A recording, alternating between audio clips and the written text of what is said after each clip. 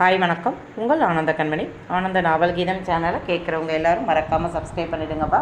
Like பண்ணுங்கள், comment பண்ணுங்கள், share பண்ணுங்கள். வாங்க நாம் இப்போ கதை கேட்க போகலாமா?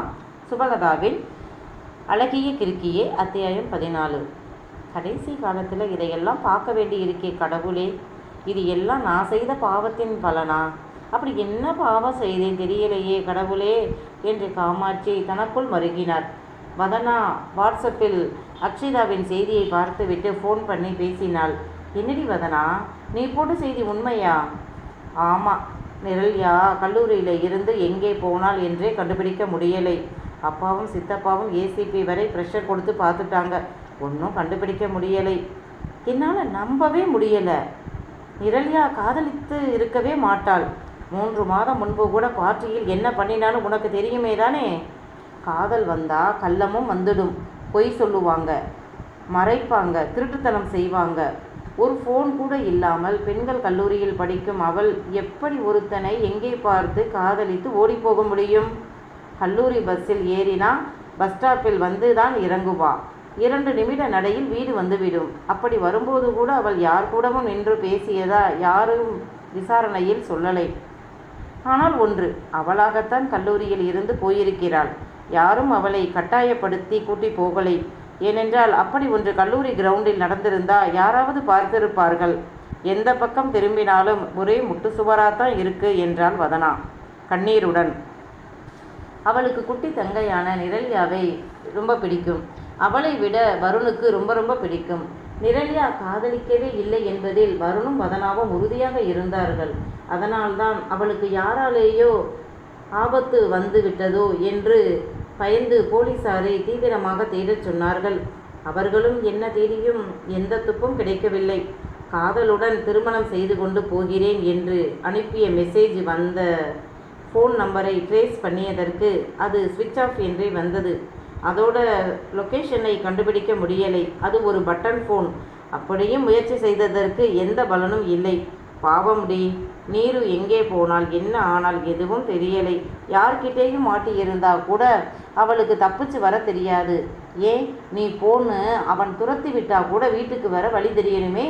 இந்த சித்தப்பாவும் சித்தியும் இவ குறும்புத்தனமா லூசுத்தனமா ஏதோ பண்ணுறான்னு அவளை வீட்டுக்குள்ளே பொத்தி பொத்தி வைத்து வளர்த்து அவளுக்கு உலக விவரம் தெரியாமல் பண்ணிட்டாங்க. அவள் அண்ணி வேற ஏகப்பட்ட பிரச்சனை பண்ணுறாங்க போல.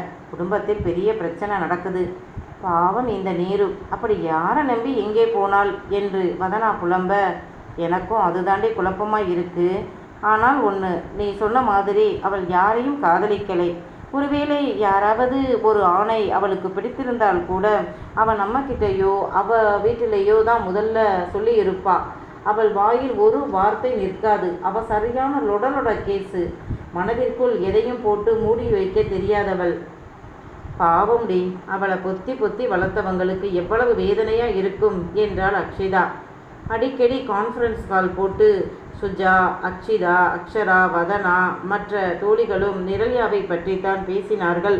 பேசி என்ன செய்ய, அவள் மறைந்து போனாளே, நான் பார்க்கும்போதே கரைந்து போனாளே என்று தான் நினைத்தார்கள்.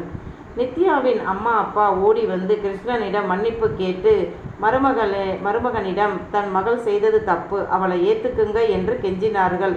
காமாட்சி மகனை திட்டினார். மனதிற்குள் தான். வெளியே நல்லா இருந்த வலது கையினால் நாம் எப்போ செய்த பாவமோ, நம்ம நீரு நம்மளை விட்டு காணாமலே போயிட்டா.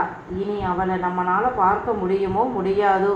பெண் பாவம் வேண்டாம், நீ அவ கூட உனக்கு விட்ட அப்பார்ட்மெண்ட்டுக்கு போ என்றார் காமாட்சி நோட்டில் எழுதி காட்டி. இப்போதெல்லாம் ரொம்ப பேச முடியாத போது தன் கணவனின் மார்பில் சாய்ந்து கொண்டு மடியில் உள்ள நோட்டில் எழுதி காட்டினார்.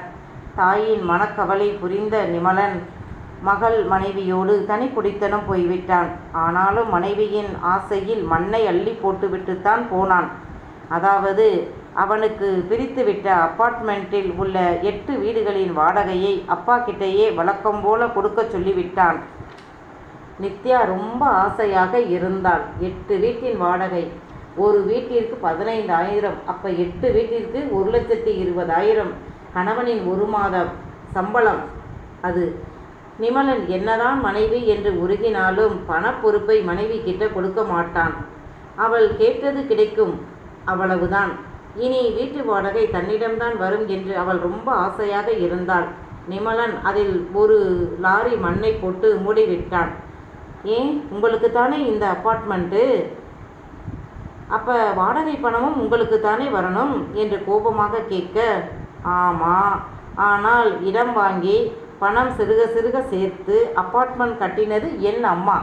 அந்த அம்மாவை பார்த்துக்க ஆள் இல்லாமல் என் அப்பா 70,000 சம்பளம் வந்த வேலையை விட்டுட்டு என் அம்மாவுக்காக வீட்டில் இருக்காங்க. வீட்டு வேலை செய்ய சமைக்க தனித்தனி ஆள் போட்டு இருக்காங்க. அம்மாவோட மெடிக்கல் செலவு வேற இருக்குது.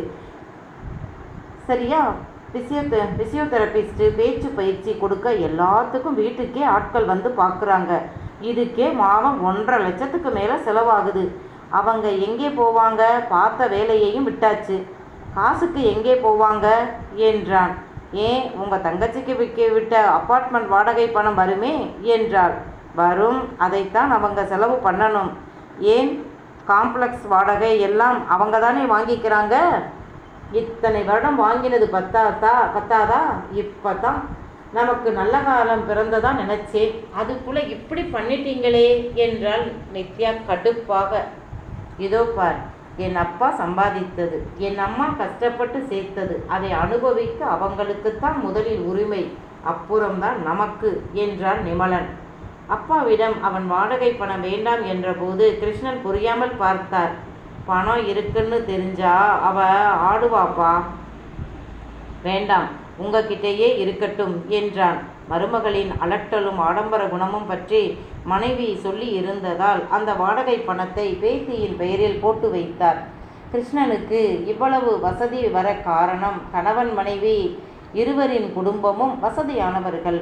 மேலும் பல ஊர்களில் வேலை பார்த்தாலும் காமாட்சி தன் கணவனின் சம்பளத்தையும் அவருக்கு வரும் வாடகை பணத்தையும் சேர்த்து அப்போது அவுட்டரில் என்று சொல்லப்பட்ட தாம்பரம், வேளச்சேரி, ஆவடி, இப்படி சென்னையின் பல பகுதிகளில் 5 சென்ட் முதல் 5 ஏக்கர் வரை கூட வாங்கி போட்டார். தன்னுடைய சொத்தை பேங்கில் அடமானம் வைத்து அப்பார்ட்மெண்ட் கட்டி வாடகைக்கு விட்டு அடமானம் வைத்த சொத்தை மீட்டார்.